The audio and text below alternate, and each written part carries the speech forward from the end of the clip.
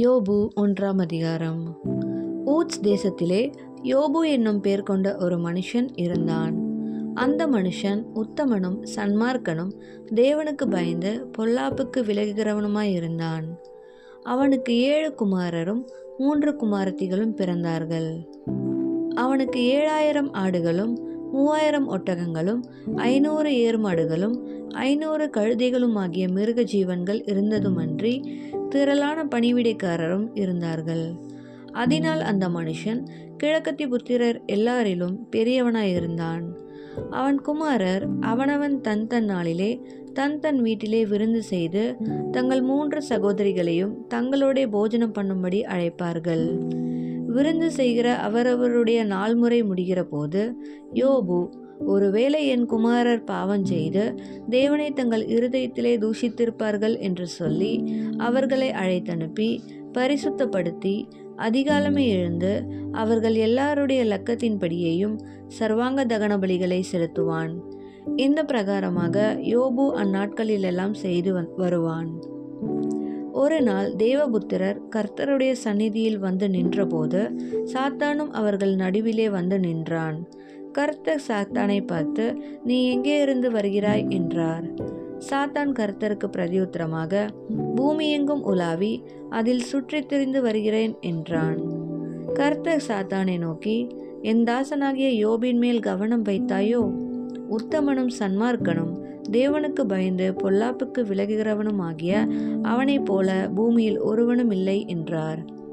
அதற்கு சாத்தான் கர்த்தருக்கு பிரதியுத்தரமாக, யோபு விருதாவாகவா தேவனுக்கு பயந்து நடக்கிறான்? நீர் அவனையும் அவன் வீட்டையும் அவனுக்கு உண்டான எல்லாவற்றையும் சுற்றி வேலியடைக்கவில்லையோ? அவன் கைகளின் கிரியையை ஆசீர்வதித்தீர், அவனுடைய சம்பத்து தேசத்தில் பெருகிற்று.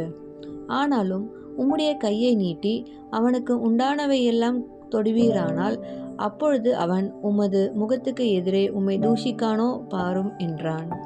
கர்த்தர் சாத்தானை நோக்கி, இதோ அவனுக்கு உண்டானவை எல்லாம் உன் கையில் இருக்கிறது, அவன் மேல் மாத்திரம் உன் கையை நீட்டாதே என்றார். அப்பொழுது சாத்தான் கர்த்தருடைய சந்நிதியை விட்டு புறப்பட்டு போனான். பின்பு ஒரு நாள் யோபுடைய குமாரரும் அவன் குமாரத்திகளும் தங்கள் மூத்த சகோதரன் வீட்டிலே புசித்து திராட்சரசம் குடிக்கிற போது ஒரு ஆள் அவனிடத்தில் வந்து எருதுகள் உழுகிற போது கழுதைகள் அவைகளின் பக்கத்திலே மேய்ந்து கொண்டிருக்கையில் சபேயர் அவைகள் மேல் விழுந்து அவைகளை சாய்த்து கொண்டு போனார்கள். வேலையாட்களையும் பட்டய கருக்கினால் வெட்டி போட்டார்கள். நான் ஒருவன் மாத்திரம் தப்பி அதை உமக்கு அறிவிக்கும்படி வந்தேன் என்றான். இவன் இப்படி பேசிக்கொண்டிருக்கையில் வேறொருவன் வந்து வானத்திலிருந்து தேவனுடைய அக்கினி விழுந்து ஆடுகளையும் வேலையாட்களையும் சுட்டெரித்து போட்டது. நான் ஒருவன் மாத்திரம் தப்பி அதை உமக்கு அறிவிக்கும்படி வந்தேன் என்றான். இவன் இப்படி பேசிக்கொண்டிருக்கையில் வேறொருவன் வந்து கல்தேயர் 3 பவுஞ்சாய் வந்து ஒட்டகங்கள் மேல் விழுந்து அவைகளை ஓட்டிக்கொண்டு போனார்கள். வேலையாட்களையும் பட்டய கருக்கினால் வெட்டி போட்டார்கள். நான் ஒருவன் மாத்திரம் தப்பி அதை உமக்கு அறிவிக்கும்படி வந்தேன் என்றான். இவன் இப்படி பேசிக்கொண்டிருக்கையில் வேறொருவன் வந்து, உம்முடைய குமாரரும் உம்முடைய குமாரத்திகளும் தங்கள் மூத்த சகோதரன் வீட்டிலே புசித்து திராட்சரசம் குடிக்கிற போது வனாந்திர வழியாய் பெருங்காற்று வந்து அந்த வீட்டின் 4 மூலையிலும் அடிக்க அது பிள்ளைகளின் மேல் விழுந்ததினால் அவர்கள் இறந்து போனார்கள். நான் ஒருவன் மாத்திரம் தப்பி அதை உமக்கு அறிவிக்கும்படி வந்தேன் என்றான்.